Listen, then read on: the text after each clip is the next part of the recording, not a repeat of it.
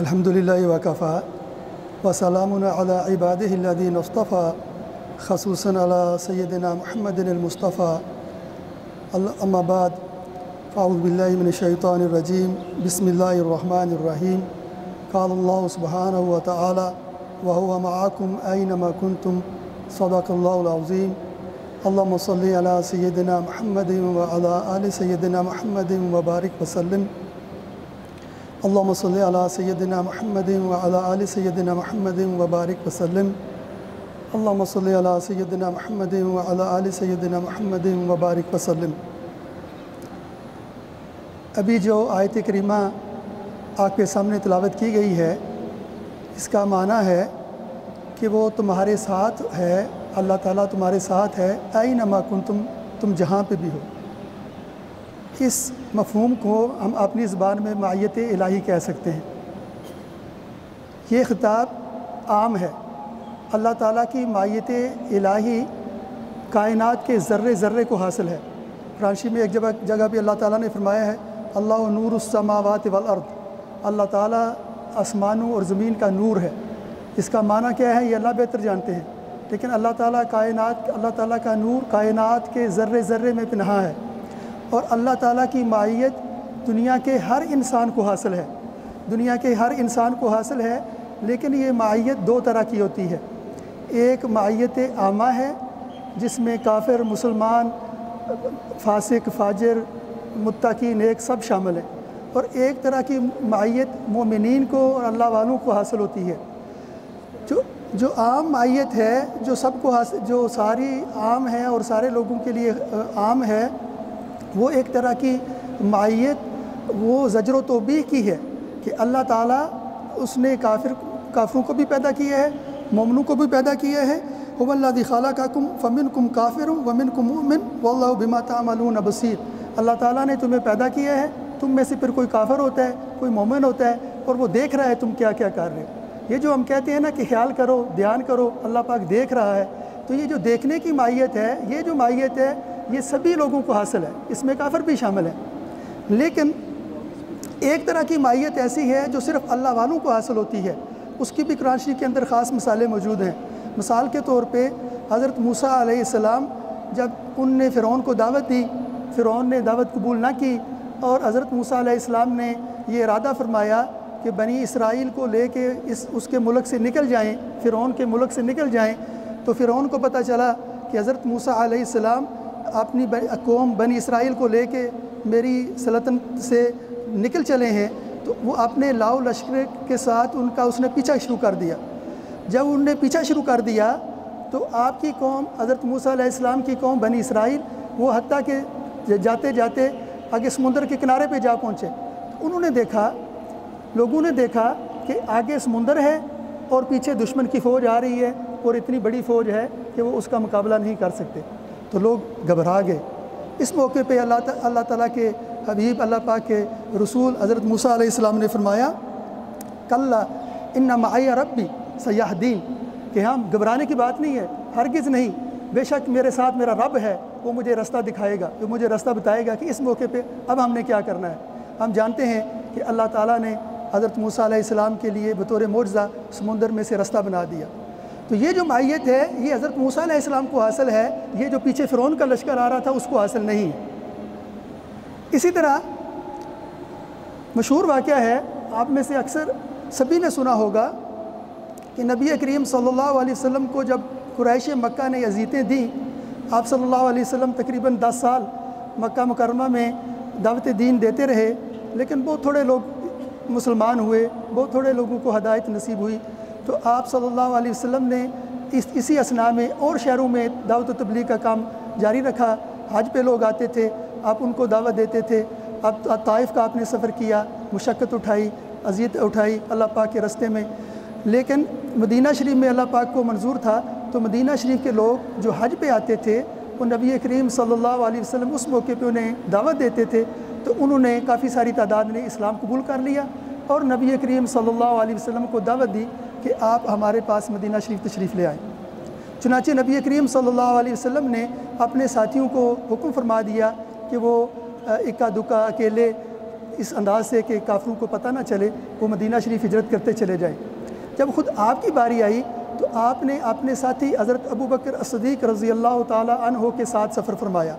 اور اس معاملے میں آپ نے اس طرح احتیاط کی کہ جو معروف رستہ تھا مدینہ شریف کی طرف جانے والا،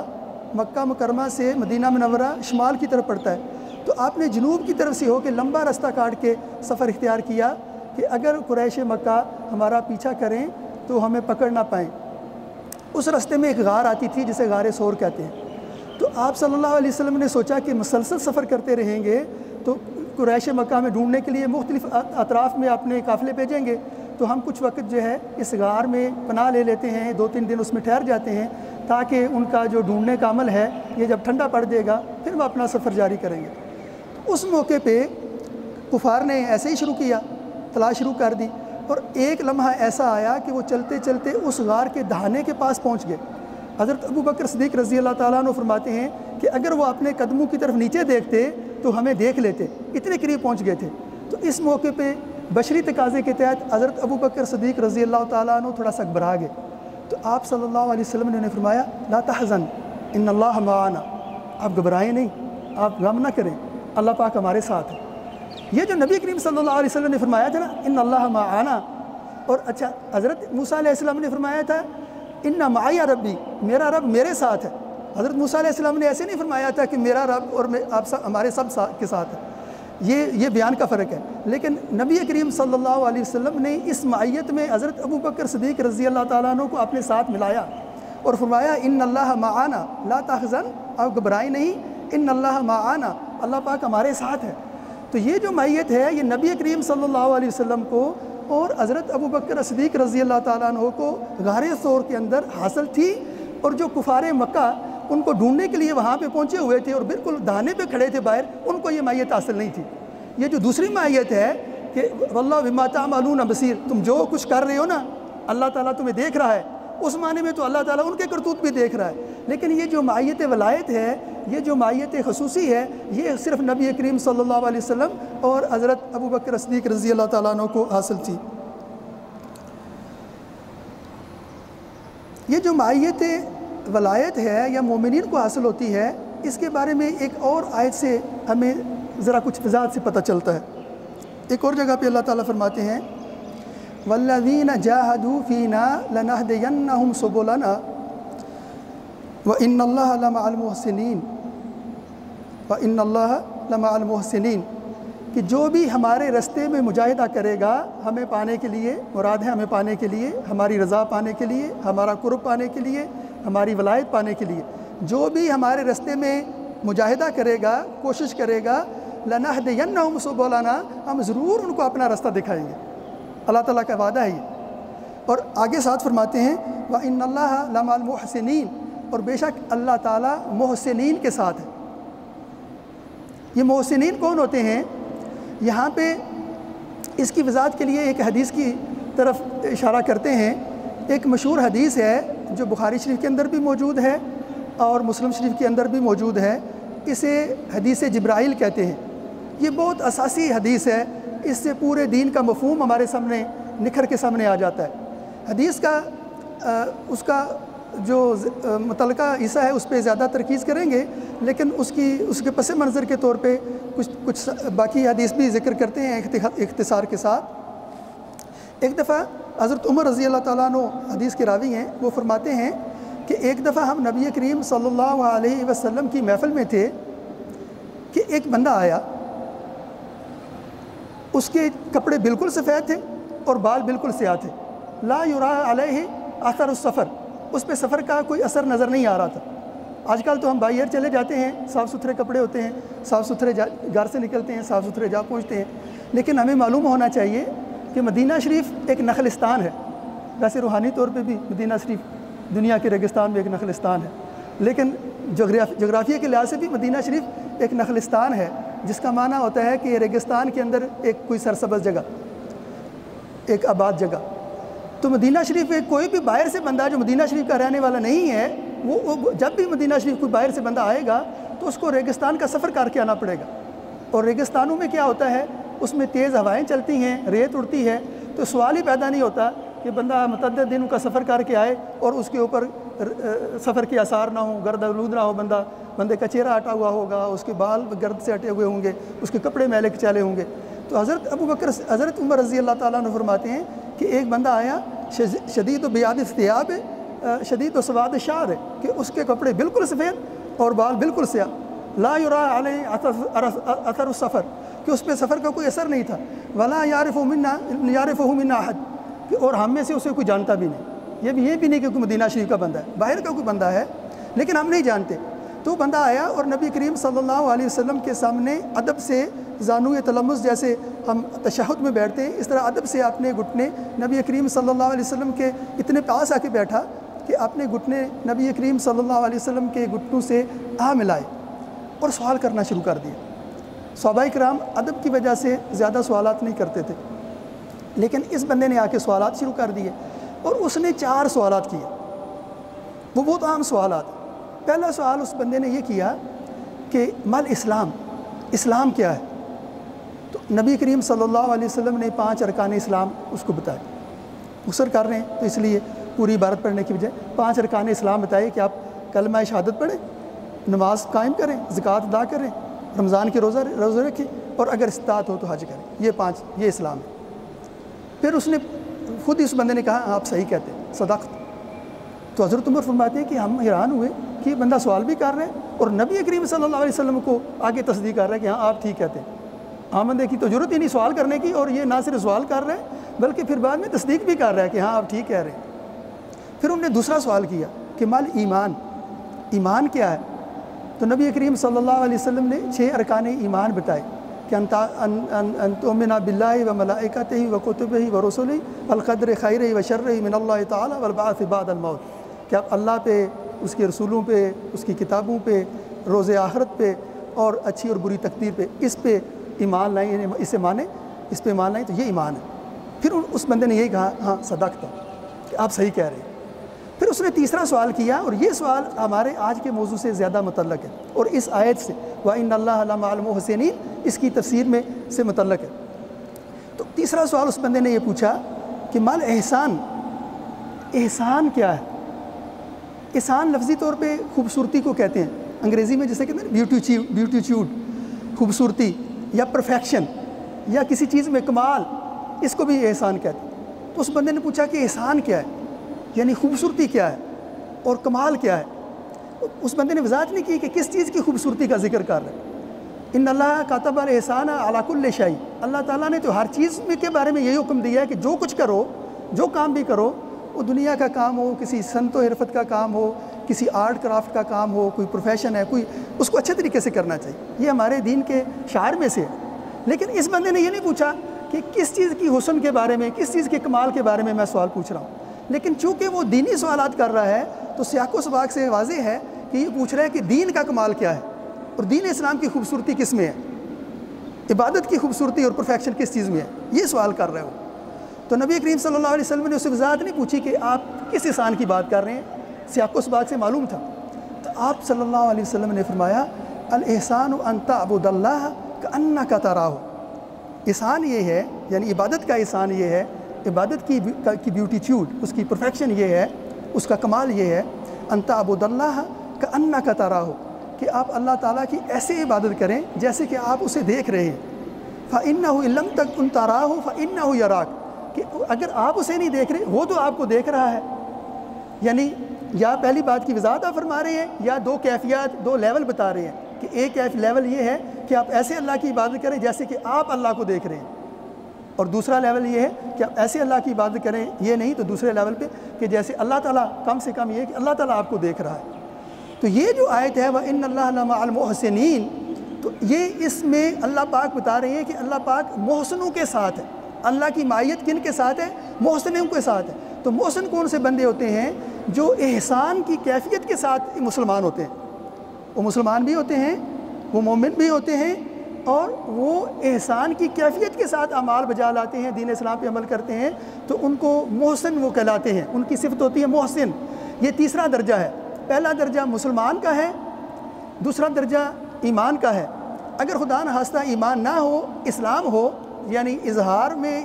ظاہری اعمال میں اور ظاہری طور پہ شہادت دینے میں بندے نے کلمہ پڑھا ہوا ہو اور ظاہری طور پہ عمال کرتا ہو لیکن دل میں ایمان موجود نہ ہو، یہ تو بندہ ہوتا ہی منافق ہے، یہ تو مطلوب ہی نہیں ہے۔ لیکن دوسری کیفیت یہ ہے کہ بندہ دل میں ایمان بھی رکھتا ہو اور ظاہر پہ اس کا اعلان بھی کرتا ہو اور عمل بھی کرتا ہو، لیکن اس کی کیفیت جو ہے وہ جیسے ہماری اللہ معاف فرمائے ہمیں یہ ہوتی ہے کہ کبھی حضور قلب ہوتا ہے، دھیان کہیں ہوتا ہے، لیکن نماز پڑھ رہے ہوتے ہیں، عبادت کر رہے ہوتے ہیں، کبھی نیت اخلاص والی ہوتی ہے، کبھی اتنی اخلاص والی نہیں ہوتی، مختلف طرح کی کیفیت ہوتی ہے۔ تو اس طرح کے ہم جو لوگ ہیں یہ مسلمان مومن تو ہوتے ہیں، لیکن احسان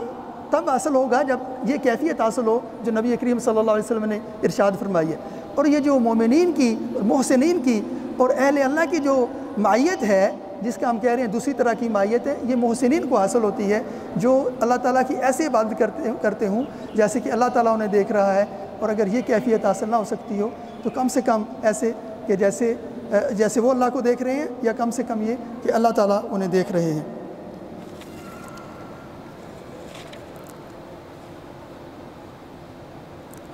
اچھا، اس آیت میں دو چیزیں آئی ہیں شروع میں، والذین جاہدوا فینا لنہدینہم سبلنا وان اللہ لمع المحسنین۔ شروع میں مجاہدے کا ذکر ہے اور آخر میں محسنین کے ساتھ اللہ تعالیٰ کی معیت کا ذکر آیا۔ اس سے معلوم ہوا کہ اللہ تعالیٰ کی معیت کی کیفیت پانے کے لیے، دیکھیں جیسے ہم نے شروع کیا کہ معیت عامہ تو ہر چیز کو حاصل ہے، کائنات کے ذرے ذرے کو حاصل ہے، اس میں مسلمان کافر سب شریک ہیں، لیکن یہ جو مومنین کی، محسنین کی معیت ہے یہ کیسے حاصل کریں؟ تو اس آیت سے معلوم ہوتا ہے کہ اس کے لیے کچھ جدوجہد کرنا پڑتی ہے، کچھ مجاہدہ کرنا پڑتا ہے، اس کے لیے کچھ مجاہدہ کرنا پڑتا ہے۔ یہ جو مجاہدہ ہے یہ اس کے ساتھ اللہ تعالیٰ نے ایک اور چیز بیان فرمائی ہے کہ والذین جاہدوا فینا لنہدینہم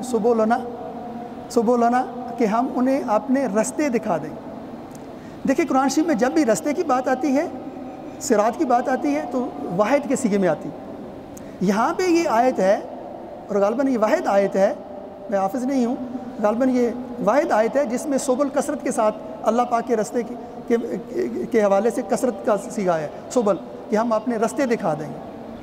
تو سوال یہ پیدا ہوتا ہے کہ عام طور پہ یہ واحد کا صیغہ استعمال ہوتا ہے، اہدنا الصراط المستقیم، اے اللہ تعالیٰ ہمیں اپنا سیدھا راستہ دکھا، اور سیدھا راستہ ایک ہے۔ یہ ہم اکثر ذکر کرتے ہیں کہ اللہ تعالیٰ تک پہنچنے کا سیدھا راستہ ایک ہی ہے اور وہ اسلام ہے۔ تو یہاں پہ اللہ پاک فرما رہے ہیں والذین جاہدوا فینا لنہدینہم سبلنا، ہم ان کو اپنے رستے دکھا دیں گے۔ تو یہ مجاہدے کے ساتھ وابستہ جو سبل ہیں یہ کثرت کے ساتھ کیوں آ رہے ہیں؟ اس کو سمجھیں، یوں سمجھیں جیسے ہم گاڑی خریدتے ہیں، کوئی ایک برانڈ ہے، اس کے ساتھ وہ ایک مینول شائع کرتے ہیں کہ اس گاڑی کی مینٹیننس کیسے کرنی ہے، اس کا آئل، پانی، تیل کیسے چیک کرنا ہے، کتنے عرصے کے بعد کون سا پرزہ، کون سی اس کی ریپیئر کی ضرورت ہوگی، کس ٹیوننگ کی ضرورت ہوگی، اس کو چلانے کے آداب کیا ہیں۔ ہو سکتا ہے کہ ساتھ ہمارے پاس ٹریفک رولز کا ایک کتابچہ بھی ساتھ آئے جب ہم نئی گاڑی لیں، کوئی بندہ پسند کرے کہ میں وہ بھی لے لیتا ہوں۔ تو یہ جو گاڑی بناتے ہیں، جو کمپنیاں اپنی برانڈ کوئی گاڑی بناتا ہے تو اس کے لیے جو مینول شائع کرے گا، ہدایت نامہ شائع کرے گا، وہ ساری گاڑیوں کے لیے ایک ہی ہوتا ہے۔ وہ یہ نہیں ہوتا کہ ہر بندے کو علیحدہ سے کوئی ہدایت نامہ لکھ کے دیں گے۔ اگر کوئی بندہ اس ہدایت نامے کو چھوڑ کے اپنی طرف سے گاڑی کو چلانے کی کوشش کرے گا، مینٹین کرنے کی کوشش کرے گا تو اس کو خراب کر بیٹھے گا۔ لیکن اب جب ہر بندہ ڈرائیونگ سیکھ کے اس گاڑی کو چلائے گا تو کس طریقے سے اس کو چلاتا ہے، اس کو کیا کیا مشکلات پیش آئیں گی، کیسے وہ سیکھ پائے گا، کیسے وہ گرتے پڑتے سیکھے گا، سیکھتے ہوئے کوئی حادثہ کر بیٹھے گا یا نہیں کرے گا، یا وہ کن رستوں پہ اس کو چلا کے لے جائے گا، خیر کے رستے پہ چلائے گا، شر کے رستے پہ چلائے گا، کیا کیا اس کی گاڑی کی، اس ساری گاڑی جب تک وہ چلتی رہے گی اس کے ساتھ کیا کیا بیتے گا۔ تو یہ ہر گاڑی کا اپنا ہی معاملہ ہوتا ہے۔ تو رستہ اسلام کا وہ تو ایک ہے، اس میں اگر کوئی بندہ ادھر ادھر دیکھے گا، ادھر ادھر کرنے کی کوشش کرے گا تو گمراہ ہو جائے گا۔ لیکن جب ہم اسلام کے ہدایت کے رستے پہ چلنے کی، اللہ تعالیٰ کے رستے پہ انسان اللہ کو پانے کی کوشش کرتا ہے تو ہر بندہ اپنی مزاج کے مطابق، اپنی کیفیت کے مطابق، اپنی صلاحیت کے مطابق، اور اللہ پاک کی کس صفت کے ساتھ اس کی نسبت ہے اور اس کے کیا ذوق ہے، کیا شوق ہے، اس کے لحاظ سے اس کا ایک اپنا ہی رنگ ہوتا ہے۔ تو کہتے ہیں، اس معنی میں کہتے ہیں کہ اللہ تعالیٰ تک پہنچنے کے اتنے رستے ہیں جتنے انسان کے انفاس ہوتے ہیں، جتنے انسان کی سانسیں ہوتی ہیں، کہ ہر انسان کی بھی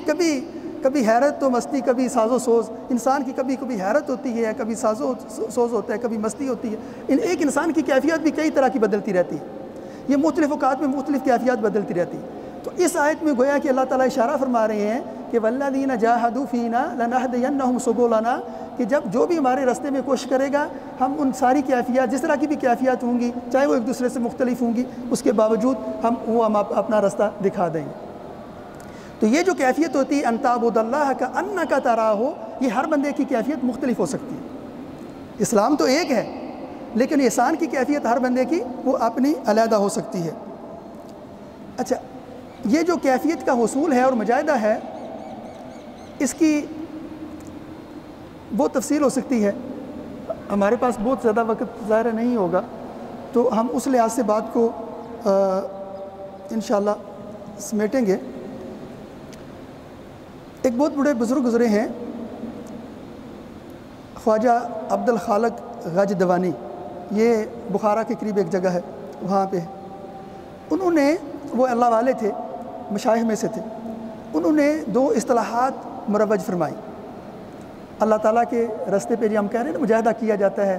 اور اللہ کا راستہ پایا جاتا ہے، اللہ کا قرب پایا جاتا ہے، اور یہ کیفیت پائی جاتی ہے معیت کی، ان اللہ لمع المحسنین۔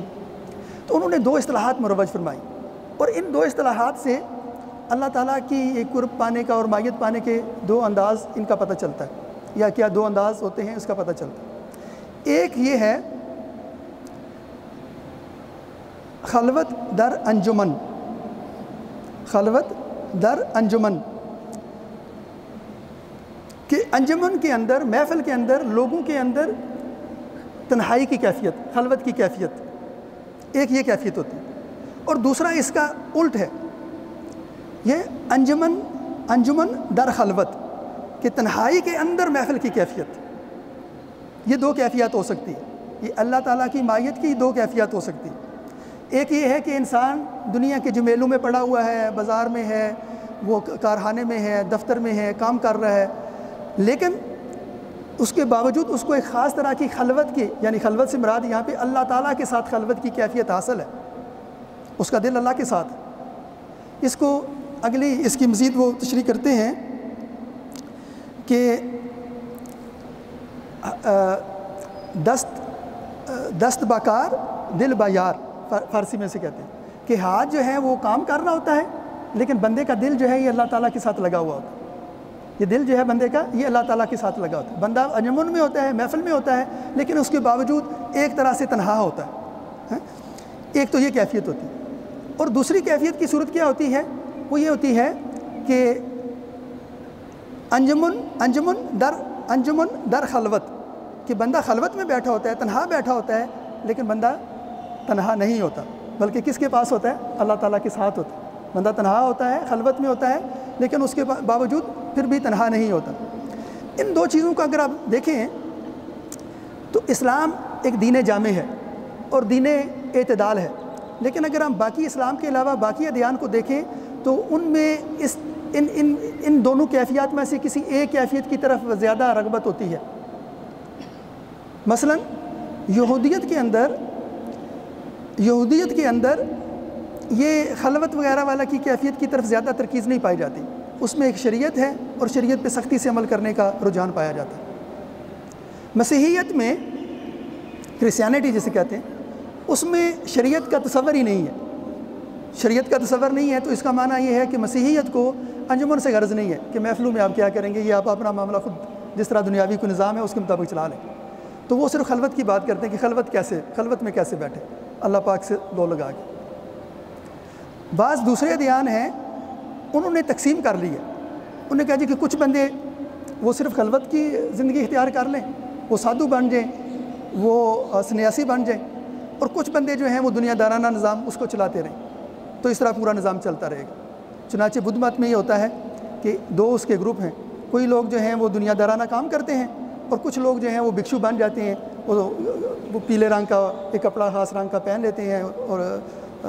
ایک خاص رنگ کا، اور صرف بھیک مانگتے ہیں، کبھی کوئی کام نہیں کرتے، ساری زندگی کبھی کوئی کام نہیں کرتے۔ اسی طرح ہندو مت میں یہ ہے کہ انسان کی عمر وہ عمر کے حساب سے ہندو مت چلتا ہے کہ شروع میں سیکھنے کا زمانہ ہوتا ہے، پھر گھر بار بسانے کا اندازہ ہوتا ہے زمانہ ہوتا ہے، آخری عمر میں کہتے ہیں کہ پھر جنگلوں میں چلے جائیں، سنیاسی بن جائیں اور اللہ اللہ کریں، جو ان کا اپنا مذہبی نظام ہے۔ انہوں نے ایک ہی انسان کی زندگی کو اس طرح تقسیم کر لیا، بدھو نے ایک معاشرے کو، آدم کو ادھر کر لیا، آدم کو ادھر کر لیا، یہودیت نے صرف دنیا کو لے لیا، مسیحیت نے صرف روحانیت کو لے لیا۔ اسلام ایسے نہیں کرتا، اسلام کہتا ہے کہ نہیں، یہ ساری چیزیں نہ اکٹھی ہوں گی، ہر بندہ ساری زندگی وہ دنیا کے اپنے جو حقوق و فرائض ہیں، جو معاشرتی حقوق و فرائض ہیں وہ بھی ادا کرے گا اور اللہ تعالیٰ کے ساتھ لو بھی لگائے گا،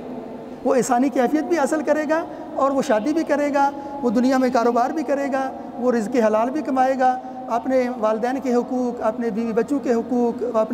اپنے ساتھیوں کے حقوق، اپنے ملازمت کے جو فرائض ہیں وہ سارے اپنے حقوں وہ بھی ادا کرے گا، اور اس کے ساتھ ساتھ وہ اللہ تعالیٰ کو یاد بھی کرے گا اور خلوت کی کیفیت جو اللہ پاک کے ساتھ ہے وہ بھی حاصل کرنے کی کوشش کرتا رہے گا۔ لیکن یہ جو کیفیت ہے خلوت کی کیفیت، یہ بذات خود اس کو یہ سمجھنا کہ یہ مطلوب نہیں ہے، ایسی بات نہیں ہے، یہ کیفیت مطلوب ہوتی ہے، اسلام میں بھی مطلوب ہوتی ہے۔ اگر آپ غور کریں تو اسلام کی ابتدائی خلوت سے ہوئی ہے۔ ہم یہ کہتے ہیں نا کہ اسلام میں رہبانیت نہیں ہے، ایک بڑا مشہور مقولہ ہے لا رہبانیت فی الاسلام، کہ اسلام میں رہبانیت نہیں ہے۔ یہ عام طور پہ حدیث کے طور پہ اس کا ذکر کیا جاتا ہے، لیکن ابن حجر عسقلانی فرماتے ہیں، بہت بڑے محدث ہیں، کہ میں اس کو کسی حدیث کی کتاب میں نہیں پا سکا، یہ اس عبارت کے ساتھ، ان الفاظ کے ساتھ لا رہبانیت فی الاسلام کسی معروف کتب حدیث میں کسی حدیث کا یہ ٹکڑا نہیں ہے۔ مفہوم کے لحاظ سے صحیح ہے کہ اسلام میں اگر کوئی یہ کہتا ہے کہ وہ شادی نہیں کرے گا اور وہ کام بھی نہیں کرے گا تو وہ جنگلوں میں چلا جائے گا اور اپنے سر پہ خاک ڈال کے بیٹھ جائے گا، تو یہ اسلام میں نہیں ہے، یہ مفہوم صحیح ہے۔ ہاں ایک آیت ہے قرآن شریف میں، وہ اللہ تعالیٰ نے ان کے بارے میں فرمایا ہے کہ اہل نصارہ کے بارے میں فرمایا ہے وَرَهْبَانِيَةً ابْتَدَعُوهَا مَا كَتَبْنَاهَا عَلَيْهِمْ إِلَّا ابْتِغَاءَ رِضْوَانِ اللَّهِ فَمَا رَعَوْهَا حَقَّ رِعَایَتِهَا،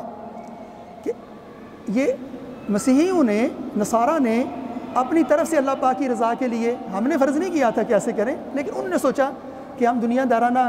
شغل چھوڑ کے اگر خالص اللہ کے لیے اللہ کے ہو کے بیٹھ رہیں گے نا تو اس سے اللہ پاک زیادہ راضی ہو جائے گا، تو کہنے اپنی طرف سے انہیں شروع کر لیا۔ تو اللہ تعالیٰ نے مذمت نہیں فرمائی کہ برا کیا، لیکن کہا اگر شروع کیا تھا تو لیکن پھر اس کا حق ادا نہیں کر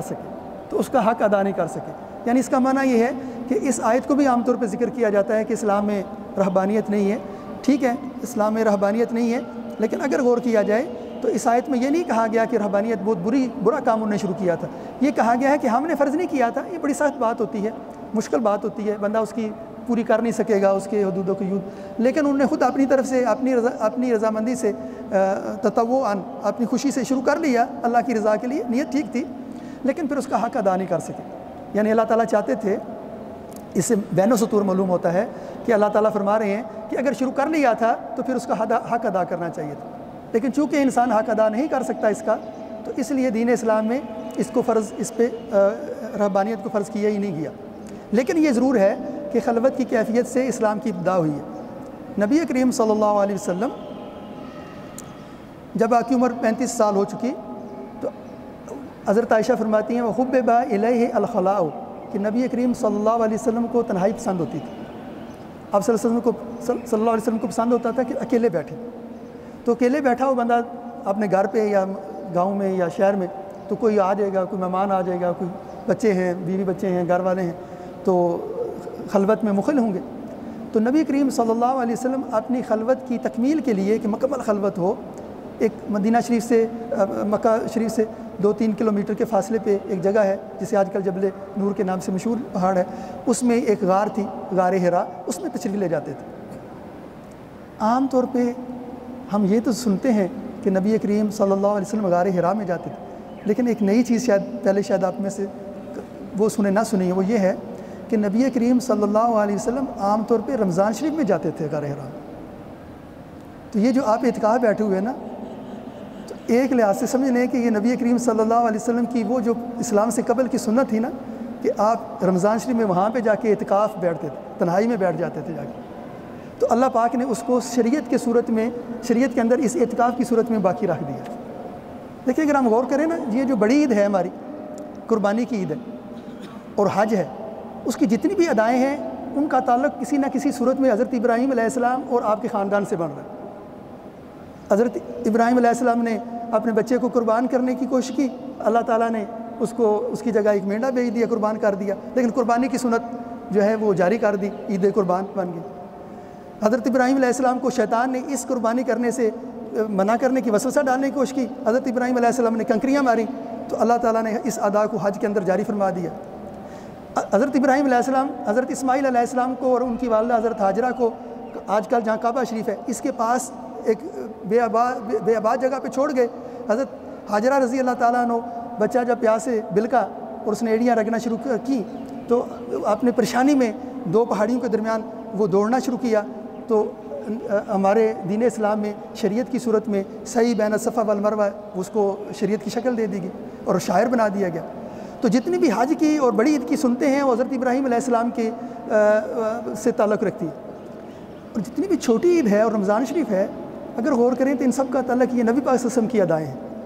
یہ آپ صلی اللہ علیہ وسلم غار حرا میں تشریف لے جاتے تھے، وہاں پہ آپ خلا میں چلے جاتے تھے، یعنی حبیب الیہ الخلا، خلوت میں چلے جاتے تھے، وہاں سے جب واپس آتے تھے تو بعض روایات میں آتے ہیں کہ آپ اس وقت کچھ صدقہ فرماتے تھے، تو صدقہ فطر آپ صلی اللہ علیہ وسلم کی یہ ادا آج بھی موجود ہے۔ یہ ہم کو فتویٰ نہیں، یہ کوئی فتویٰ نہیں ہے، یہ نہ سمجھیے گا کہ میں کہہ رہا ہوں کہ لازماً یہ سمجھے، لیکن یہ اگر آپ دل کی آنکھ سے دیکھیں تو یہ اس میں نظر آتی ہے، یہ تعلق نظر آتا ہے۔ اور غار حرا میں ہی پہلی دفعہ قرآن شریف کی پہلی 5 آیات سورہ اعلیٰ کی نازل ہوئیں، تو رمضان شریف کا قرآن کے ساتھ تعلق، شہر رمضان الذی انزل فیہ القرآن، یہ بھی موجود ہے۔ ہم سارے رمضان میں قرآن شریف جو غار حرا میں نازل ہوا وہ پڑھتے ہیں، عید کی خوشی کرتے ہیں، اعتکاف بیٹھتے ہیں، روزے رکھتے ہیں، اعتکاف بیٹھتے ہیں، اس کے بعد صدقہ کرتے ہیں جیسے نبی کریم صلی اللہ علیہ وسلم نے صدقہ فرمایا تھا، تو صدقہ فطر کرتے ہیں۔ تو یہ جو اعتکاف کی صورت میں یہ اب جو بیٹھے ہوئے ہیں تو گویا کہ یہ خلوت کی کیفیت حاصل کرنے کی ایک کوشش ہے۔ دیکھیں یہ جو خلوت ہے، علیحدہ ہو کے بیٹھ رہنا، یہ زیادہ آسان ہے۔ دنیا میں رہ کے، انجمن کے اندر رہ کے خلوت اختیار کرنا، یہ حاصل ہونا، یہ کیفیت حاصل ہونا زیادہ مشکل ہوتا ہے۔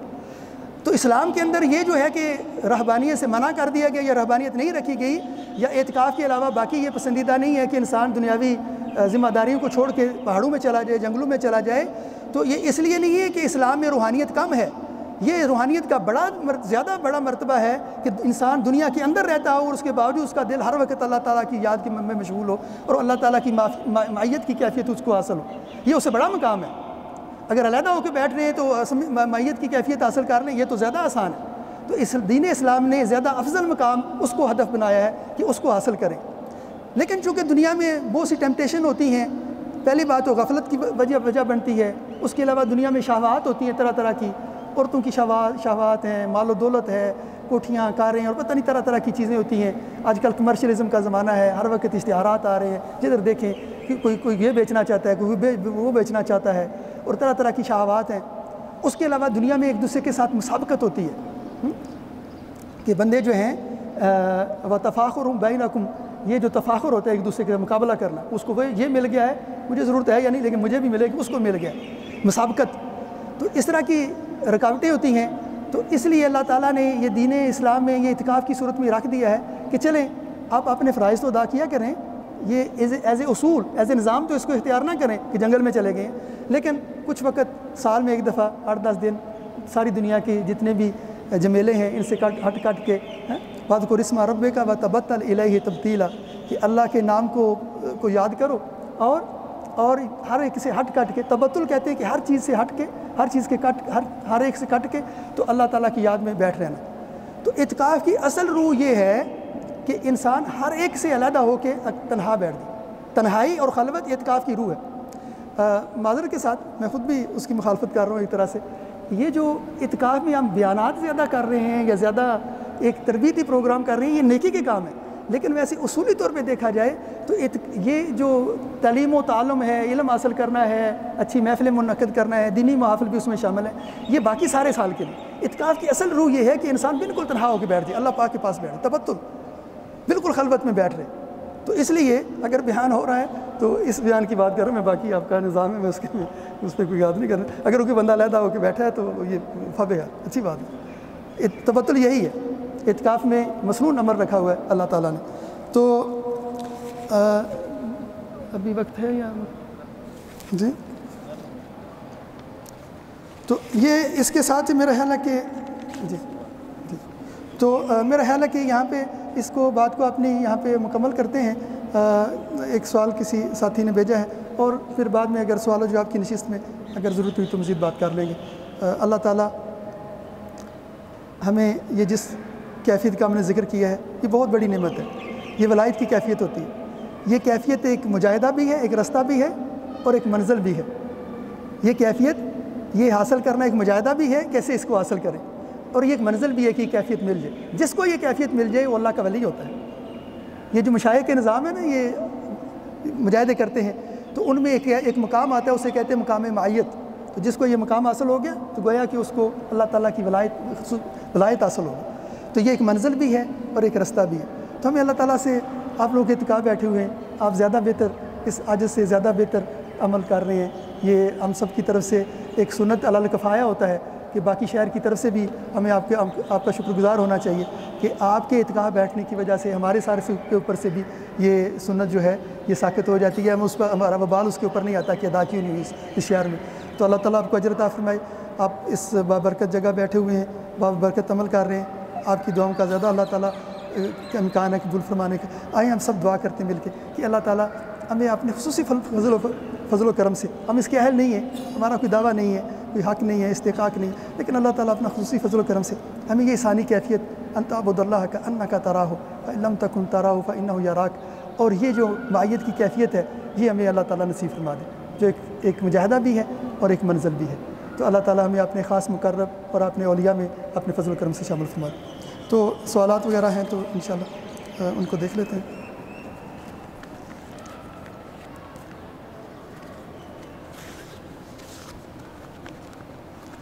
یہ ایک کسی ساتھی نے یہ بات سوال بھیجا ہے، احسان کی کیفیت کیسے حاصل کی جائے؟ کیا اس کے سکھانے کے کوئی مراکز موجود ہیں؟ کون مع صادقین کے ساتھ اس کا کوئی ربط ہے؟ جی جزاکم اللہ خیراً. آپ کے جو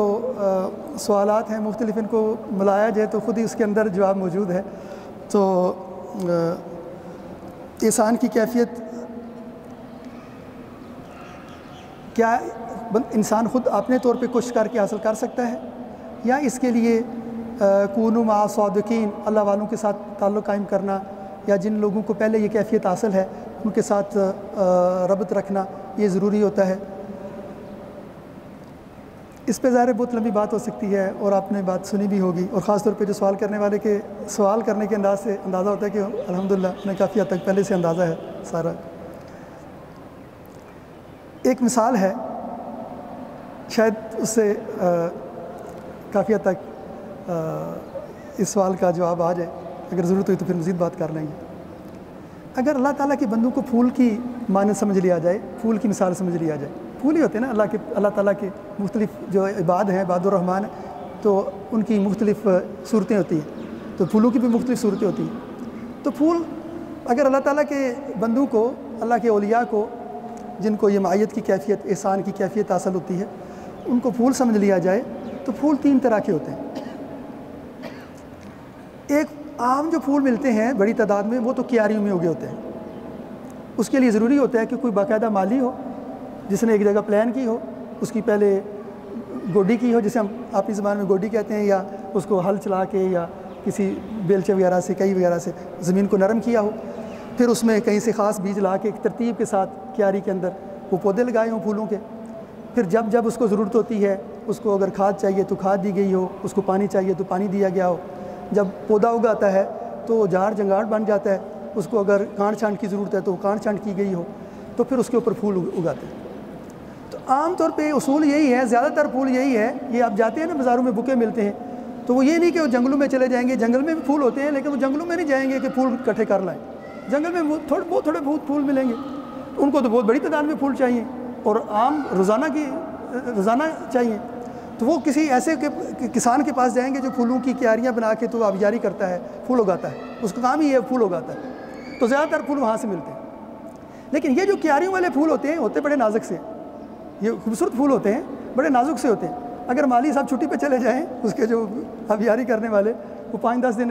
اس کی کاٹ چھانٹ نہ کریں، پانی نہ دیں، سسٹم جو بنا ہوا ہے اس کے مطابق اس کو نہ چلائیں، پھول سوکھ جائیں گے۔ لیکن ایک دوسری طرح کے پھول ہوتے ہیں، وہ اگر آپ سیروں پہ جاتے ہیں، ناران کاغان ہم جاتے ہیں، کہتے ہیں یہ لالا زار ہے، ایک پہاڑی ایک بہت بڑا ایسے ایک ڈلوان ہے، اس پہ طرح طرح کے پھول لگے ہوئے ہیں۔ آپ اس جنگل میں بھی چلے جائیں، ویسے اب اعتکاف میں تو ظاہر ہے ہم نہیں جا سکتے، لیکن اگر ہم چلے جائیں سیر کے لیے، واک کے لیے، تو ہم دیکھتے ہیں کہ کئی طرح کے جنگل میں پھول اگے ہوتے ہیں۔ یہ پھول ایسے کثرت میں نہیں ہوتے، بعض کا بڑے بڑے بھی نہیں ہوتے، چھوٹے چھوٹے ہوتے ہیں، بکھرے ہوتے ہیں، ترتیب سے نہیں ہوتے، لیکن یہ نسبتاً سخت جان پھول ہوتے ہیں۔ ان کو نہ کوئی بندہ بھر وقت پانی دے رہا ہے، نہ کوئی پٹی کر رہا ہے، نہ کوئی آبیاری ہو رہی ہے، کچھ بھی نہیں ہو رہا، لیکن پھر بھی چل رہے ہیں۔ یہ سخت جان پھول ہوتے ہیں کیونکہ یہ اپنے آپ سے اگے ہوئے ہیں، ان کے اندر ذاتی طور پہ صلاحیت تھی اور انہوں نے اپنا مقام خود بنا لیا۔ اس کے علاوہ ایک تیسری طرح کا پھول ہوتا ہے، بڑا پیارا پھول ہوتا ہے، کنول کا پھول۔ وہ اتنا بڑا پھول ہوتا ہے، اتنا بڑا، بعض اوقات نہ اتنا بڑا پھول ہوتا ہے، بہت ہی پیارا پھول ہوتا ہے۔ اور کہاں ہوتا ہے آپ لوگوں کو شاید علم ہوگا، اگر نہیں علم تو عرض کیے دیتے ہیں۔ وہ عام طور پہ جوڑوں پہ اگتا ہے، اور جوڑ زیادہ تر گندے پانی کے ہوتے ہیں۔ زیادہ گندا جوڑ ہو تو اس میں کھاد زیادہ ہوگی تو زیادہ بڑے بڑے پھول اگیں گے، تو وہ گندے جوڑ کے پانی پہ بھی ایک پھول اگاتا ہے، وہ کنول کا پھول ہوتا ہے۔ تو اس مثال سے سوال کا جواب مل گیا یا نہیں؟ تو عام ترتیب یہی ہے، اصول یہی ہے کہ عام طور پہ آپ کو کسی نظام کے اندر شامل ہونا پڑے گا، تو پھر آپ کی اصلاح ہوگی، ہماری اصلاح پھر ہوگی۔ اپنے آپ سے کوشش کریں گے، ہم سمجھیں گے کہ ہم جنگلی پھول کی طرح خود اگائیں گے، تو ہو سکتا ہے اللہ معاف میں جنگلی پھول کی طرح ہم جنگلی کانٹے یا جھاڑی کو اگائیں، کوئی جھاڑی بن جائے ہماری، پتہ نہیں کیا بن جائے، پھول نہ بن سکے، تو رسک لینا نہیں چاہیے۔ ہو سکتا ہے اللہ تعالیٰ کی جو تجلیات ہیں، اللہ تعالیٰ کی جو کشش ہے، اللہ تعالیٰ کا جو نظام ہے، وہ اللہ تعالیٰ کسی نظام کا، کسی تنظیم کا، کسی روحانی سلسلے کا، کسی بندے اس کا محتاج نہیں ہے۔ اللہ تعالیٰ نے کہیں سے بھی، حضرت ابراہیم علیہ السلام اکیلے ہیں، وہ کفری نظام ہے، اللہ تعالیٰ نے ان کو اکیلا امت بنا لی، اللہ تعالیٰ تو کہیں بھی بنا۔ حضرت ابراہیم علیہ السلام کی مثال کنول والے پھول کی، وہ کفر کے نظام میں ہے، لیکن اللہ پاک نے ان کو بہت بڑا پھول بنا لیا۔ یہ بھی ہو سکتا ہے کہ بندہ کسی نظام میں نہیں ہے، وہ طبیعتاً اچھا ہے اور وہ دین اسلام پہ عمل کرتا ہے، شریعت پہ عمل کرتا ہے، اس کو انسانی کیفیت حاصل ہے، تو کوئی بات نہیں ہے، ٹھیک ہے، یہ بھی ٹھیک ہے، لیکن عام طور پہ ایسے ہوتا نہیں ہے۔ اگر دوسری مثال لیں تو اس کی پہلوانی کی مثال ہے کہ شیطان بھی ایک دشمن ہے نا، اس کے ساتھ مسلسل کشتی کرنا پڑتی ہے، اس کا مقابلہ کرنا پڑتا ہے۔ تو بندہ یہ سمجھے کہ اگر میں ایسے خود ہی میں بادام اور گھی کھاتا رہوں گا اور گوشت کھاتا رہوں گا، میں گھر پہ اپنے طریقے سے ورزشیں کرتا رہوں گا، صحت میری ویسے اچھی ہے، بیماریوں سے بچوں گا، تو اس کے بعد جب کوئی مقابلہ آئے گا تو میں کھاڑے میں جا اتروں گا اور چیلنج کر دوں گا جو پیشہ ور پہلوان ہے، ہاں کون میرے ساتھ مقابلے پہ آتا ہے۔ جو بندہ بھی ایسے رسک لے گا تو زیادہ امکان یہی ہے کہ جب یہ پیشہ ور پہلوانوں کے کھاڑے میں اترے گا تو شکست کھا جائے گا، کیونکہ ان کا ایک سسٹم بنا ہوا ہے اور اس سسٹم کے اندر نسلوں کی جو تجربہ ہے اور محنت ہے وہ شامل ہے کہ دو پیج کیسے لگانے ہیں، ورزش کون سی کرنی ہے، کس وقت کرنی ہے۔ تو اب خود سے جو کوشش کریں گے تو پتہ نہیں کیا کر بیٹھیں گے۔ تو ایسا بندہ عام طور پہ کھاڑے میں اترے گا تو زیادہ امکان یہ ہے کہ ایک چٹکی بجتے ہی اس کو کھاڑ کے پرے پھینکیں گے۔ لیکن اگر کوئی بندہ ایسا ہو کہ کسی اس میں ورزشیں نہیں کی ہوئی، اس نے باقاعدہ ترتیب سے نہیں کی ہوئی، لیکن وہ کھاڑے میں چلا جاتا ہے اور اگلے بندے کو گرا دیتا ہے، تو اب اس پہ یہ اعتراض نہیں کیا جائے گا کہ ہم آپ کو نہیں مانتے پہلوان، کیونکہ آپ نے جو ہے نا وہ ہمارے یہاں ورزشیں نہیں کی، بھائی ورزشیں نہیں کی، گرا دی ہے۔ تو اگر کوئی خود نیک سے بن جائے، اللہ کی توفیق سے بن سکتا ہے تو بن جائے، تو فابہ ہے، ہم اس پہ یہ اعتراض نہیں کر سکتے کہ آپ سلسلے میں کیوں شامل نہیں ہوئے، آپ جو ہے نا صوفی کیوں نہیں بنے، آپ نے فلاں جماعت کو کیوں اس کے ممبر کیوں نہیں بنے، فلاں کی بیعت کیوں نہیں کی، تو یہ اعتراض نہیں کر سکتے۔ لیکن عام طور پہ ایسے ہوتا نہیں ہے، ہوتا یہی ہے کہ آپ کو کسی ترتیب میں لگنا پڑتا ہے پھر ہوتا ہے، وگرنہ رسک ہوتا ہے، رسک نہیں لینا چاہیے۔ ان کا دوسرا سوال ہے، اس سے پہلے شروع کر لیتے ہیں۔ یہ کہتے ہیں کہ یہاں پہ یہ بات کی گئی ہے کہ فطرانہ نبی کریم صلی اللہ علیہ وسلم کی سنت ہے کہ آپ غار حرا سے تشریف لاتے تھے، تو بعض روایات میں آتا ہے کہ آپ اس وقت اللہ کے راستے میں کچھ صدقہ بھی دیتے تھے۔ تو یہ کہتے ہیں کہ ہم نے تو یہ سنا ہوا ہے کہ فطرانہ یہ روزوں کا صدقہ ہے کہ اگر کوئی کمی کوتاہی رہ گئی تو پوری ہو جائے۔ تو ان دونوں باتوں میں کوئی آپس میں کوئی اختلاف تو نہیں ہے، یعنی جتنی بھی سنتے ہیں ان کا کوئی نہ کوئی حکمت ہو سکتی ہے۔ تو اس بات سے یہ سنت ہونا کہ نبی کریم صلی اللہ علیہ وسلم جب غار حرا میں قیام فرماتے تھے، واپس آتے تھے تو کچھ صدقہ کرتے تھے، بعض روایات میں آتا، اور یہ کہ یہ روزوں کی کمی کوتاہی کا کفارہ ہے، تو ان دونوں میں کوئی تضاد نہیں ہے، ٹھیک ہے، یہ تو پہلی بات ہوگی۔ اور دوسری یہ بات پوچھ رہے ہیں کہ اسلام میں بیعت کا کیا تصور ہے؟ تو ایک بیعت جو ہے، ایک بیعت تو وہ عام بیعت ہے جو جب خلافت کا نظام تھا تو اس وقت وہ فرض بیعت ہے، ہر مسلمان کے لیے اس کے اوپر کرنا ضروری تھی، کہ وہ واجب بیعت ہے کہ وہ کرنا ضروری تھی کہ اگر ایک مسلمانوں کا نظام ہے، حکومت ہے، خلافت ہے، اور مسلمانوں کا ایک عادل خلیفہ ہے، تو اس خلیفہ کی آپ بیعت نہیں کریں۔ کوئی بندہ کہتا ہے جی میں بیعت نہیں کرتا، اس کا معنی ہے کہ وہ بغاوت کا اعلان کر رہا ہے کہ میں مسلمانوں کی اجتماعیت کو نہیں مانتا، میں اپنی مرضی سے جو مرضی کروں گا، آپ کا عدالتی نظام میں نہیں مانتا، آپ جہاد کا اعلان کریں گے میں نہیں مانتا، آپ نماز کا اعلان کرتے ہیں، اذان دیتے ہیں، کہتے ہیں آج نماز میں جماعت کرانے لگا ہوں، آپ کہتے ہیں کہ نہیں میں نے اس طرح نہیں اس طرح پڑھنی ہے، نہیں مانتے۔ وہ کہتے ہیں جی کہ ہمیں چاند بندوں کو نظر آ گیا ہے، خلیفہ اعلان کرتے ہیں، جو مسلمانوں کے جائز حکمران ہیں وہ اعلان کرتے ہیں جی ہاں جی کل سے ہم روزہ رکھنا شروع کر رہے ہیں، یا رمضان مکمل ہو گیا ہے کل سے ہم عید رکھنا شروع کر رہے ہیں۔ ایک بندہ کہتا ہے نہیں جی میں اپنا علیحدہ سے عید پڑھاؤں گا، میں علیحدہ سے روزے رکھوں گا، تو یہ ٹھیک نہیں ہے، یہ بیعت واجب ہے۔ اگر کوئی بندہ اس کا انکار کرتا ہے تو وہ طاقت سے کرائی جاتی ہے، لیکن عام طور پہ چونکہ اب خلافت کا نظام رہا نہیں، تو اب ہم جب بیعت کا سوال کرتے ہیں، ہمارے ساتھی نے بھی سوال کیا تو ظاہر ان کے ذہن میں یہ سوال نہیں ہوگا۔ آج کل ایک بیعت کا رواج جو باقی ہے وہ یہ ہے کہ بعض لوگ کسی اللہ کے نیک بندے سے، کسی بندے جس کے بارے میں گمان ہوتا ہے، اس کے ظاہری اعمال سے، دنوں کی حال اللہ جانتا ہے اور آخرت میں کس کا مقام کیا ہوگا یہ اللہ کو علم ہے، لیکن شریعت کے لحاظ سے اور ظاہر کے لحاظ سے اور بندوں کی، اللہ کے نیک بندوں کی اکثریت کی گواہی کے لحاظ سے بعض بندے ہوتے ہیں اپنے اعمال میں، اپنی کیفیات میں وہ اللہ والے لگتے ہیں، اور لوگ ان کے پاس چلے جاتے ہیں کہ ہم بھی وہ طریقہ سیکھیں کہ آپ نے اللہ پاک کا رستہ پایا اور کیسے اللہ پاک کی یہ کیفیت آسمائیت کی کیفیت حاصل کی، احسان کی کیفیت حاصل کی، ہمیں بھی یہ تربیت چاہیے، تو لوگ ان کی تربیت کے لیے ان کے پاس چلے جاتے ہیں، اور یہ کہ ہم باقاعدہ آپ کے نظام کا حصہ بن گئے ہیں، اس نظام اس بات کا اعلان کو، اس بات کو پکا کرنے کے لیے وہ بیعت کر لیتے ہیں۔ چنانچہ نبی کریم صلی اللہ علیہ وسلم سے مختلف اعمال کی بیعت بھی ثابت ہے، کہ مثلا یہ موجود ہے قرآن شریف کے اندر کہ عورتیں آئیں آپ کے پاس تو ان سے یہ بیعت لے لیں کہ آپ زنا نہیں کریں گی، اور فلاں فلاں کچھ نیکیوں کا ذکر ہے کہ ان اعمال کے اوپر بیعت لے لیں۔ اسی طرح جب بیعت رضوان ہوئی کہ حضرت عثمان رضی اللہ تعالیٰ عنہ نبی کریم صلی اللہ علیہ وسلم اپنے تقریباً 700 ساتھیوں کے ساتھ عمرہ کرنے کے لیے مکہ مکرمہ گئے، لیکن مکہ مکرمہ میں ابھی تک کافروں کا قبضہ تھا، تو لیکن اس کے باوجود اسلام سے بھی پہلے بھی عربوں کا نظام یہ تھا کہ جو بھی مکہ مکرمہ میں بیت اللہ کا متولی ہوگا، چاہے اس قبیلے کا کسی دوسرے قبیلے کے ساتھ جھگڑا چل رہا ہو، جنگ چل رہی ہو، تو اگر وہ عمرہ کرنے آئیں گے تو ان کو منع نہیں کرتے تھے، یہ پہلے سے ایک عرف چلا آ رہا تھا۔ تو نبی کریم صلی اللہ علیہ وسلم اپنے ساتھیوں کو لے کے، اگرچہ کفار کے ساتھ جنگیں چل رہی تھیں، لیکن اس قبل علیہ السلام کا جو عرف تھا اس کو مد نظر رکھتے ہوئے آپ اپنے 700 ساتھیوں کو لے کے عمرہ کرنے کے لیے تشریف لے گئے، لیکن کفار نے کہا کہ ہم تو آپ کو نہیں آنے دینا چاہتے۔ جنگ بھی نہیں کی فوری طور پہ، کیونکہ عمرے کی نیت سے آ رہے ہیں، وہ بھی کچھ لحاظ رکھا اس چیز کا کہ یہ نہیں کہ آگے ہیں تھوڑے ہیں تو ان کو ماریں یا ان کے اوپر حملہ کر دیں، یہ بھی نہیں کیا، لیکن کہا کہ ہم عمرہ بھی نہیں کرنا دیتے آپ۔ تو مذاکرات ہوئے، آپ نے بات سنی ہوگی، جس کے نتیجے میں پھر صلح حدیبیہ ہو گیا، لیکن صلح حدیبیہ سے پہلے یہ افواہ پھیل گئی تھی کہ حضرت عثمان کو نبی کریم صلی اللہ علیہ وسلم نے بات کرنے کے لیے اطلاع بھجوائی کہ ہم عمرہ کرنے کے لیے آئے ہیں، جنگ کے لیے نہیں آئے، اس لیے ہمیں آنے دیں۔ تو حضرت عثمان کے وہاں پہ رشتہ دار تھے رضی اللہ تعالیٰ عنہ، تو حضرت عثمان کو انہوں نے کچھ دن کے لیے کہا کہ آپ آرام کریں اور بات کرتے ہیں، اجازت دیتے ہیں یا نہیں، تو ان کو وقت دیر لگ گئی،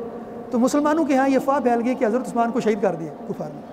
تو نبی کریم صلی اللہ علیہ وسلم نے سارے صحابہ سے جہاد کے اوپر بیعت لی کہ آپ میرے ہاتھ پہ بیعت کریں کہ آپ جو ہے ہم حضرت عثمان کا قصاص لیں گے اور ہم جنگ کریں گے، اگرچہ عمرے پہ گئے ہوئے ہیں لیکن یہ صورتحال میں ہم جنگ کریں گے، جہاد کریں گے۔ تو ویسے بندہ کہہ سکتا ہے کہ یہ تو پہلے ہی مسلمان تھے، اب جو بھی حکم فرما دیتے تو وہ تو حکم تو موجود تھا، لیکن اس کو پکا کرنے کے لیے کہ اب نوبت جہاد کی آ گئی ہے تو ہاں اب اس موقع پہ ہم جہاد کریں گے آپ کے ساتھ مل کے، تو آپ صلی اللہ علیہ وسلم نے اس جہاد کے عمل پہ بیعت کر لی۔ تو اس سنت کی اتباع میں کسی نیک بندے کی نیکی کے اعمال پہ کہ ہم آپ کے ساتھ چل کے نیکی پہ چلیں گے، دین اسلام پہ چلیں گے، مائیت کی کیفیت حاصل کریں گے، تو یہ بہت سے علماء نے، ہمارے بڑے بڑے علماء، مثلا بر صغیر میں جب ہم اپنی ثقافتی اور اسلامی تاریخ دیکھیں، 2 بڑے علماء ہیں، ان سے بڑا کوئی نام نہیں ہے، دلوں کی حال اللہ جانتا ہے، لیکن تاریخ میں، تاریخ اسلامی، ایک حضرت مجدد الفسانی شیخ احمد سرہندی رحمۃ اللہ علیہ، اور ایک حضرت شاہ ولی اللہ رحمۃ اللہ علیہ۔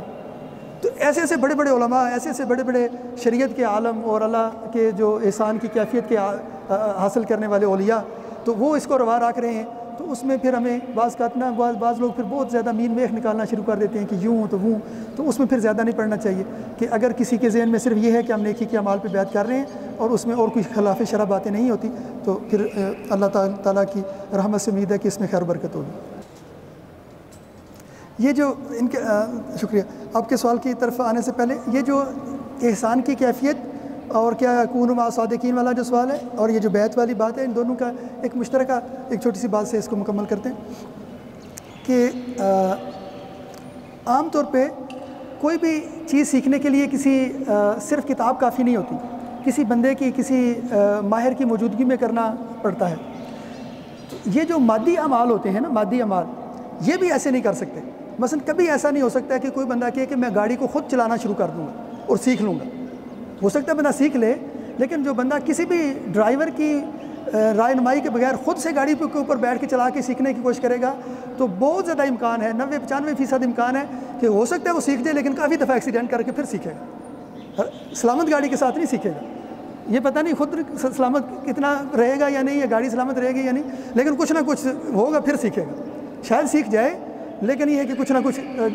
خرابی کا امکان، لیکن ساتھ ڈرائیور بیٹھا ہو تو پھر وہ آپ کو آرام سے سکھا دے گا، انشاءاللہ اس میں خطرہ کم ہوگا۔ تو یہ تو جو دنیاوی حرفتیں ہیں ان کے معاملے میں بھی یہ بات صادق آتی ہے۔ تو جو معاملہ ہے ہی قلبی ہے، جو معاملہ ہے ہی روحانی ہے اور کیفیات کا ہے، تو کیفیات خود سے کیسے پیدا ہوں گی؟ ایک بندے کو خاص طرح کی خواب آئی ہے، ایک بندہ ایک خاص طرح کا نماز میں بیٹھا ہے تو اس کو ایک خاص طرح کی جرجری آئی ہے، ایسے ہوا ہے، تو وہ سمجھنا چاہتے ہیں یہ کیا ہے، یا جو مجھے جرجری آئی ہے کوئی بیماری ہے یا کوئی روحانی کیفیت ہے، تو اس کو کون بتائے گا؟ تو اگر کوئی بندہ ان کیفیات سے گزرا ہوا ہے تو وہ بتا سکتا ہے کہ یہ جو کیفیت ہے یہ تو آپ کی ایک روحانی کیفیت کی وجہ سے ایسے ہوئے۔ یہ جیسے قرآن شریف میں فرمایا نا، اللہ نزل احسن الحدیث کتابا متشابہا مثانیہ تقشعر منہ جلود الذین یخشون ربہم ثم تلین جلودہم وقلوبہم الی ذکر اللہ، کہ اللہ پاک نے ایسی کتاب نازل کی ہے کہ لوگوں کے رونگٹے کھڑے ہو جاتے ہیں، لوگوں کے جلدیں نرم پڑ جاتی ہیں اور دل نرم پڑ جاتے ہیں۔ تو کوئی کہے کہ یہ جو جرجری آئی ہے نا، یہ وہ والی کیفیت ہے۔ ایک دوسرا بندہ اس کو کوئی ایسی جرجری ہے یا ایسی کوئی کیفیت ہوئی ہے تو بتائیں گے کہ یہ کوئی کیفیت نہیں ہے، یہ کوئی بیماری ہے، اس کا جا کے علاج کراؤ۔ کہتے ہیں کوئی اللہ والے تھے، انہوں نے ایک خط پہ کسی بندے نے لکھا کہ حضرت مجھے یہ نا دائیں طرف یہاں پہ نا ایک کوئی حرکت سی محسوس ہو رہی ہے، یہ کیا ہے؟ انہوں نے کہا یہ پھپھڑا ہے۔ تو کیونکہ ان کو اپنے طریقے سے معلوم ہو گیا نا یہ کوئی خاص روحانی چیز نہیں ہے، اس کو بندے کو شک پڑ رہا ہے کہ مجھے کوئی چیز حاصل ہو رہی ہے، کہ شاید میرا دل چالو ہو رہا ہے یا کیا جاری ہو رہا ہے، لیکن یہ تو پھپھڑا ہے۔ تو یہ کہ آپ کا پھیپھڑا ہے یا آپ کی کیفیت ہے، تو کوئی بندہ کیفیت والا ہو تو وہ زیادہ بتا سکتا ہوتا ہے، وگرنہ خطرہ ہوتا ہے کہ آپ سمجھیں گے میں نے یہ خواب دیکھ لی ہے، مجھے یہ اس طرح ہو گیا ہے، تو اب میں نے پتہ نہیں کیا مقام پا لیا ہے، اور غلط فہمی کا امکان زیادہ۔ وہی کار والی بات، خود سیکھنے کی کوشش کریں گے تو ایکسیڈنٹ کر بیٹھیں گے۔ اب اگلے سوالات، یہ ایک اور بیعت سے متعلق کی سوال ہے، تو آپ کے سوال سے پہلے جی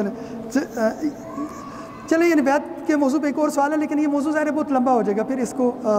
یا جتنی بات اس پہ ہو گئی ہے تو اس پہ اکتفا کرتے ہیں، پھر علیحدہ سے بات اگر مناسب سمجھیں گے تو یہ جو ساتھی دیں گے تو علیحدہ سے بات کر لیں گے۔ تو یہ ایک ساتھی نے سوال پوچھا ہے کہ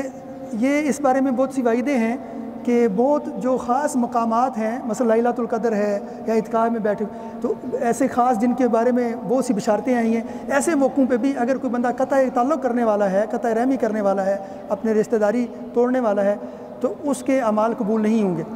تو کہتے ہیں کہ بعض اوقات یہ ہوتا ہے کہ ہم تو کوشش کرتے ہیں کہ رشتہ داروں کے ساتھ تعلق بنا کے رکھیں، لیکن وہ نہیں رکھتے، تو پھر بھی ہمارے اعمال ضائع جائیں گے، ہمارے جو اعمال معلق رہیں گے۔ نہیں، انشاءاللہ اگر آپ نے اپنی طرف سے، ہم نے اگر اپنی طرف سے پوری کوشش کی ہے تو ہمارے اوپر سے وہ ذمہ جو ہے اتر گیا۔ دیکھیں 3 دن تک جو ہے نا کسی سے قطع تعلقی کرنا کہ وہ اس انداز سے کہ آپ نہ ان کو سلام کرتے ہو نہ وہ آپ کو سلام کرتا ہو، یا اگر ایک سلام کرتا ہو تو دوسرا جواب نہ دیتا ہو، یہ جائز نہیں ہے۔ اور صلہ رحمی کے بارے میں نبی کریم صلی اللہ علیہ وسلم کا فرمان یہ ہے کہ بعض اوقات بندوں کو یہ غلط فہمی ہوتی ہے کہ ہم تو اچھے ہیں تو دوسرے ہمارے ساتھ اچھے نہیں ہیں، اس لیے ہم ان کے ساتھ تعلق نہیں رکھ رہے۔ تو صلہ رحمی کی اصل روح تو وہی ہے کہ وہ اچھے نہ ہوں اور پھر آپ صلہ رحمی رکھیں، اصل صلہ رحمی تو یہی ہے۔ اگر وہ بھی اچھے ہیں اور آپ بھی اچھے ہیں تو پھر آپ نے کیا کمال کیا جی؟ پھر تو کوئی آپ نے خصوصی کام تو کوئی عمل تو کوئی نہیں کیا نا، آپ تو ایک نارمل روٹین میں زندگی بسر کر رہے ہیں۔ اصل صلہ رحمی بطور نیکی اس وقت ہوگی، خاص طور پہ اصل نیکی اس میں ہوگی کہ اگلے توڑ رہے ہیں، آپ جوڑ رہے ہیں۔ تو اچھا آپ یہ اگلی، لیکن اس سے بھی اگلی صورت ہمارے ساتھ ہی یہ کہیے کہ ہم جوڑنے کی کوشش کریں، مثلا آپ سلام کرتے ہیں، اگلا جواب ہی نہیں دیتا، تو پھر اگلے اس کا وبال تو ظاہر اگلے پہ ہے۔ دیکھیں دین اسلام میں تو فطرتی دین فطرت ہے نا،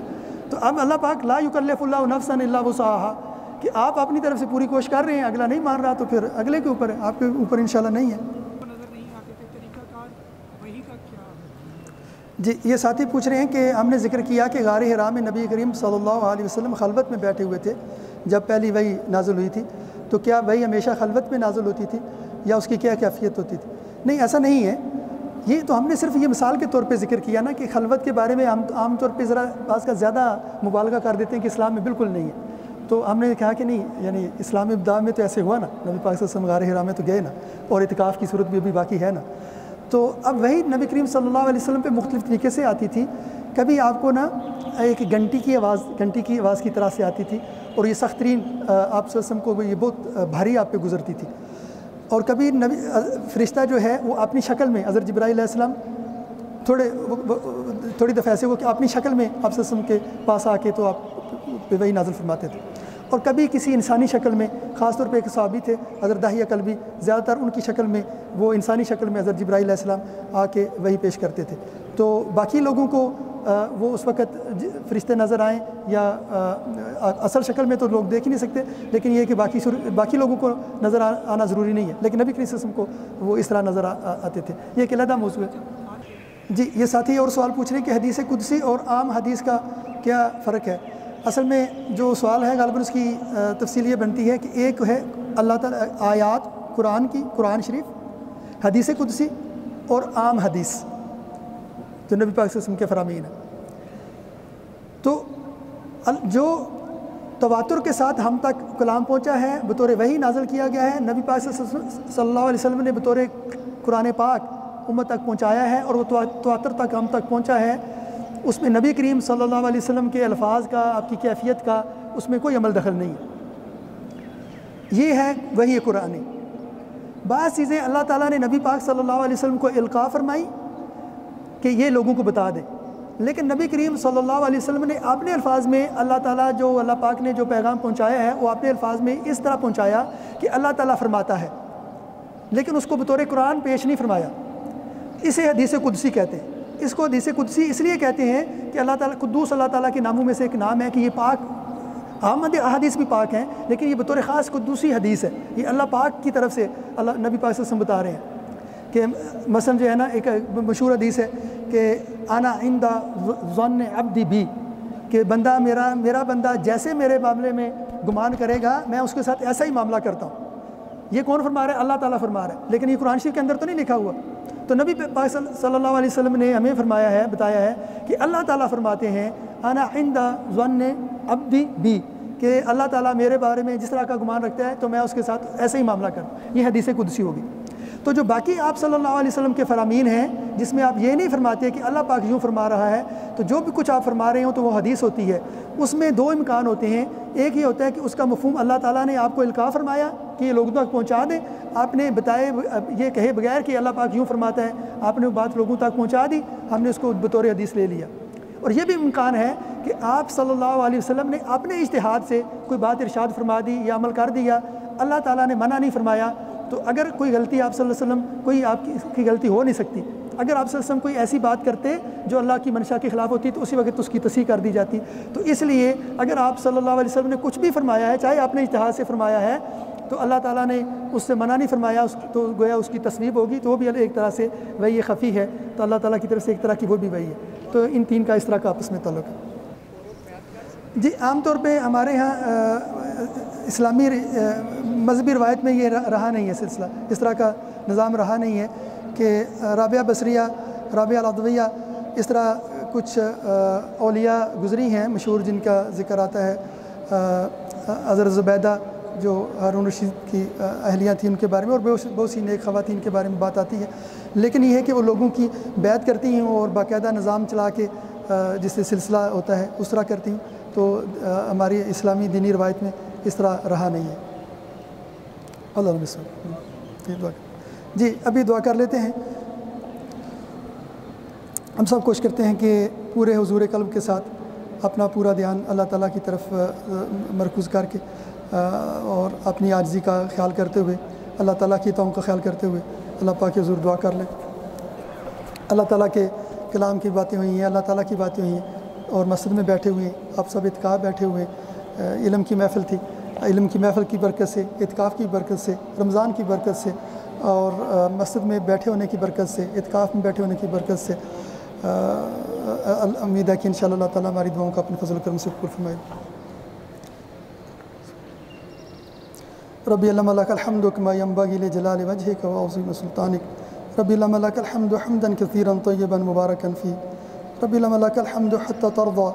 ربی اللہم لک الحمد اذا رضیت، ربی اللہم لک الحمد بعد رضائک، ربی اللہم لک الحمد عدد خلقک ورضا نفسک وزنۃ عرشک ومداد کلماتک، ربی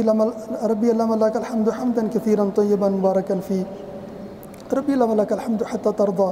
ربی اللہم لک الحمد اذا رضیت، ربی اللہم لک الحمد بعد رضائک۔ اللہم صلی علی سیدنا وشفیعنا وحبیبنا وقرۃ اعیننا محمد صلی اللہ علیہ وآلہ وسلم۔ ہمیں پروردگار، ہم آپ کے عاجز مسکین بندے ہیں، ہمارے حال پہ رحم فرما،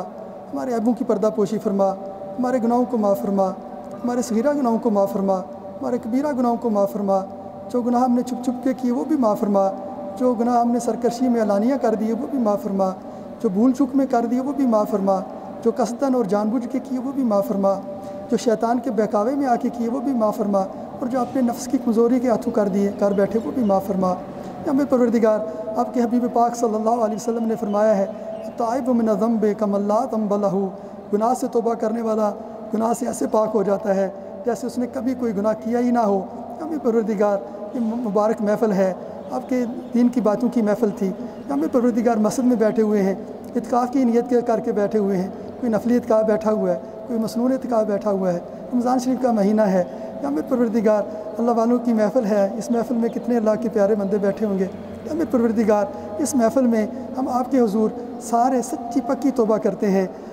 نستغفر اللہ ربی ربنا من کل ذنب ونتوب الیک، اے اللہ پاک ہم اپنے سارے گناہوں سے آپ کے حضور توبہ کرتے ہیں اور آپ سے مغفرت چاہتے ہیں۔ اے اللہ پاک آپ ہماری توبہ کو قبول فرما، اللہ پاک آپ ہماری توبہ کو قبول فرما۔ اور نبی کریم صلی اللہ علیہ وسلم نے التوابین کے لیے اور تائب بندوں کے لیے جو بشارت دی ہے، التائب من الذنب کمن لا ذنب لہ، کہ گناہ سے توبہ کرنے والا ایسے ہوتا ہے کہ جیسے اس نے کبھی کوئی گناہ کیا ہی نہیں ہے۔ اللہ پاک جی اس بشارت کو ہمارے اوپر منطبق فرما دے، اس بشارت کے مطابق ہمارے سارے پچھلے گناہ معاف فرما دے۔ ہمیں پروردگار ہماری اور اگلی ہماری زندگی میں ہمیں نیکوکاری کی توفیق عطا فرما دے۔ ہمیں پروردگار ہماری آئندہ زندگی کو، ہماری پچھلی زندگی کو ہماری آئندہ زندگی کا کفارہ بنا دے۔ ہمیں پروردگار ہماری آئندہ زندگی کو ہماری پچھلی زندگی کا کفارہ بنا دے، ہماری ساری عمر ہمیں اپنی نیکوکاری کے مطابق زندگی بسر کرنے کی توفیق عطا فرما دے۔ ہمیں پروردگار ہمارا خاتمہ بالایمان فرما۔ ہمیں پروردگار نبی کریم صلی اللہ علیہ وسلم نے فرمایا ہے، انما الاعمال بالنیات، اے اللہ پاک کہ اعمال کا دار و مدار نیتوں پہ ہے۔ اللہ تعالیٰ ہمیں اخلاص نصیب فرما، ہمیں نیتوں کی پاکیزگی نصیب فرما، ہمیں خالص اپنی رضا کے لیے کام کرنے کی توفیق عطا فرما۔ یا ہمیں پروردگار آپ کے حبیب پاک صلی اللہ علیہ وسلم نے فرمایا ہے، انما الاعمال بالخواتیم، اعمال کا دار و مدار خاتمے پہ ہوتا ہے۔ اے اللہ پاک ہمارے بہترین اعمال ہمارے آخری اعمال بنائیے گا۔ یا میرے پروردگار ہمارا خاتمہ بالایمان فرمائیے گا۔ یا میرے پروردگار ہمارے آخرت کی ساری منزلیں آسان فرمائیے گا۔ ہمیں دغتہ قبر کی جگڑ سے محفوظ رکھیے گا، منکر نکیر کے سوالات کے وقت ثابت قدم رکھیے گا۔ جب اللہ پاک جی مار کے جی اٹھیں تو نامہ مال دانے ہاتھ میں عطا فرمائیے گا۔ قیامت والے دن نبی کریم صلی اللہ علیہ وسلم نے بشارتیں فرمائی ہیں کہ کچھ لوگ ہوں گے جن کو قیامت والے دن، جس دن کسی چیز کا سایہ نہیں ہوگا، تو اس دن اللہ تعالیٰ کا یا اللہ تعالیٰ کے عرش کا سایہ نصیب ہوگا۔ اے اللہ پاک ہمیں اپنے فضل و کرم سے ان اعمال کی توفیق عطا فرمائیے گا جن کو آپ نے یہ بشارت دی، جن لوگوں کے لیے یہ بشارت ہے کہ ان کو قیامت والے دن بھی جزا و فضا کی کیفیت سے حفاظت فرما کے اللہ تعالیٰ کا سایہ نصیب ہوگا یا اللہ کے عرش کا سایہ نصیب ہوگا۔ ان میں سے ایک صفت ہے کہ رجل ذکر اللہ خالیا ففاضت عیناہ، کہ اللہ پاک ایسا بندہ جو اکیلا بیٹھا ہوا تھا اور اسے اللہ کی یاد آئی، اس کی آنکھیں بہہ نکلی۔ اللہ پاک ہمیں ایسی کیفیات نصیب فرما دے کہ ہم خلوت میں جب آپ کو یاد کرتے ہوں ہماری آنکھیں بہہ نکلتی ہوں۔ عام طور پہ اس کو خوف سے آنکھیں بہتی ہیں، کبھی محبت سے بھی آنکھیں بہہ سکتی ہیں۔ اللہ پاک ہمیں اپنی خشیت بھی عطا فرمائیے گا کہ کہ ہم اپنے گناہوں پہ بھی آپ کی خشیت سے بھی روتے ہوں، معافی مانگتے ہوں، لیکن اللہ پاک بعض لوگ آپ کی محبت میں روتے ہیں، آپ کی لقاء کی شوق میں روتے ہیں۔ اے اللہ پاک ہمیں اپنی لقاء کی شوق میں رونے کی توفیق عطا فرمائیے گا، ہمیں ایسے اعمال کی توفیق عطا فرمائیے گا، اور ان اعمال کو اپنے فضل و کرم سے قبول فرما کے ان بشارتوں والے اعمال کو قبول فرما کے اور ان بشارتوں کو ہمارے لیے ثابت فرما دیجیے گا۔ ہمیں پروردگار کوئی حق نہیں ہے، کوئی استحقاق نہیں ہے، کوئی دعویٰ نہیں ہے، ہم آپ کے اقراری مجرم ہیں۔ ہم نے علماء سے سنا ہے کہ قیامت والے دن، اور قرآن شریف میں آتا ہے کہ قیامت والے دن بندوں کے عذاب بولیں گے، وہ اس کے خلاف گواہیاں دیں گے، اور قیامت والے دن مزائن قائم کیا جائے گا، نامہ اعمال پیش کیے جائیں گے، گواہ قائم کیے جائیں گے، جس طرح عدالت میں ہوتا ہے۔ یا میرے پروردگار، ہم نے دیکھا ہے دنیاوی عدالتوں میں یہ رواج ہے کہ ملزم سے سب سے پہلے پوچھتا ہے جج کہ کیا تو پہ اپنے گناہ کا اقرار کرتا ہے یا اقرار نہیں کرتا، پھر ہم آپ کے اوپر ثابت کریں۔ تو یا میرے پروردگار، ہم نے دنیاوی عدالتوں میں دیکھا ہے کہ جو مجرم اپنے گناہ کا اقرار کر لیتا ہے، عدالت عام طور پہ اس کے بارے میں نرمی کا فیصلہ کرتی ہے، اس نے عدالت کا وقت بچایا ہوتا ہے، وہ اس کے اقرار کا معنی یہ ہوتا ہے کہ وہ مان رہا ہے کہ آئندہ ایسا نہیں کرے گا۔ میرے پروردگار، ہم آپ کے اقراری مجرم ہیں، ہم آپ کے حضور اقرار کرتے ہیں ہم گناہ گار ہیں، ہمیں ہمارے خلاف کوئی گواہ پیش کرنے کی ضرورت نہیں ہے، کیونکہ ہم تو خود ہی اپنے گناہ گار ہونے کو مانتے ہیں۔ میرے پروردگار، اقراری مجرم ہیں، اقراری گناہ گار ہیں، آپ اپنے محض فضل و کرم سے ہمارے حال پہ رحم فرما کے ہمیں معاف فرما دے، ہماری توبہ قبول فرما دے، ہمارے اگلے پچھلے گناہ معاف فرما دے، ہمیں احسان کی کیفیت نصیب فرما دے، ہمارے قلوب کو قلوب سلیمہ بنا دے، ہمارے قلوب کو قلوب منیبہ بنا دے۔ یا میرے پروردگار، آپ نے فرمایا ہے کہ تم چاہو بھی تو اپنا تزکیہ نہیں کر سکتے، اپنے تزکیہ نفس نہیں کر سکتے۔ یا میرے پروردگار، آپ اپنے فضل و کرم سے توفیق دینے والے آپ ہیں، نیت کی اصلاح کرنے والے آپ ہیں، عمل کی توفیق اور ہمت دینے والے آپ ہیں، قبول کرنے والے آپ ہیں، سارا معاملہ آپ کے ہاتھ میں ہے۔ آپ نیک اعمال کی توفیق عطا فرمائیے گا، اصلاح نیت بھی عطا فرمائیے گا، اور اپنے فضل و کرم سے قبولیت بھی عطا فرما دیجیے گا، اور قبولیت پہ درجات اور انعامات بھی عطا فرما دیجیے گا۔ اپنے فضل و کرم سے روز محشر نبی کریم صلی اللہ علیہ وسلم کے لوائے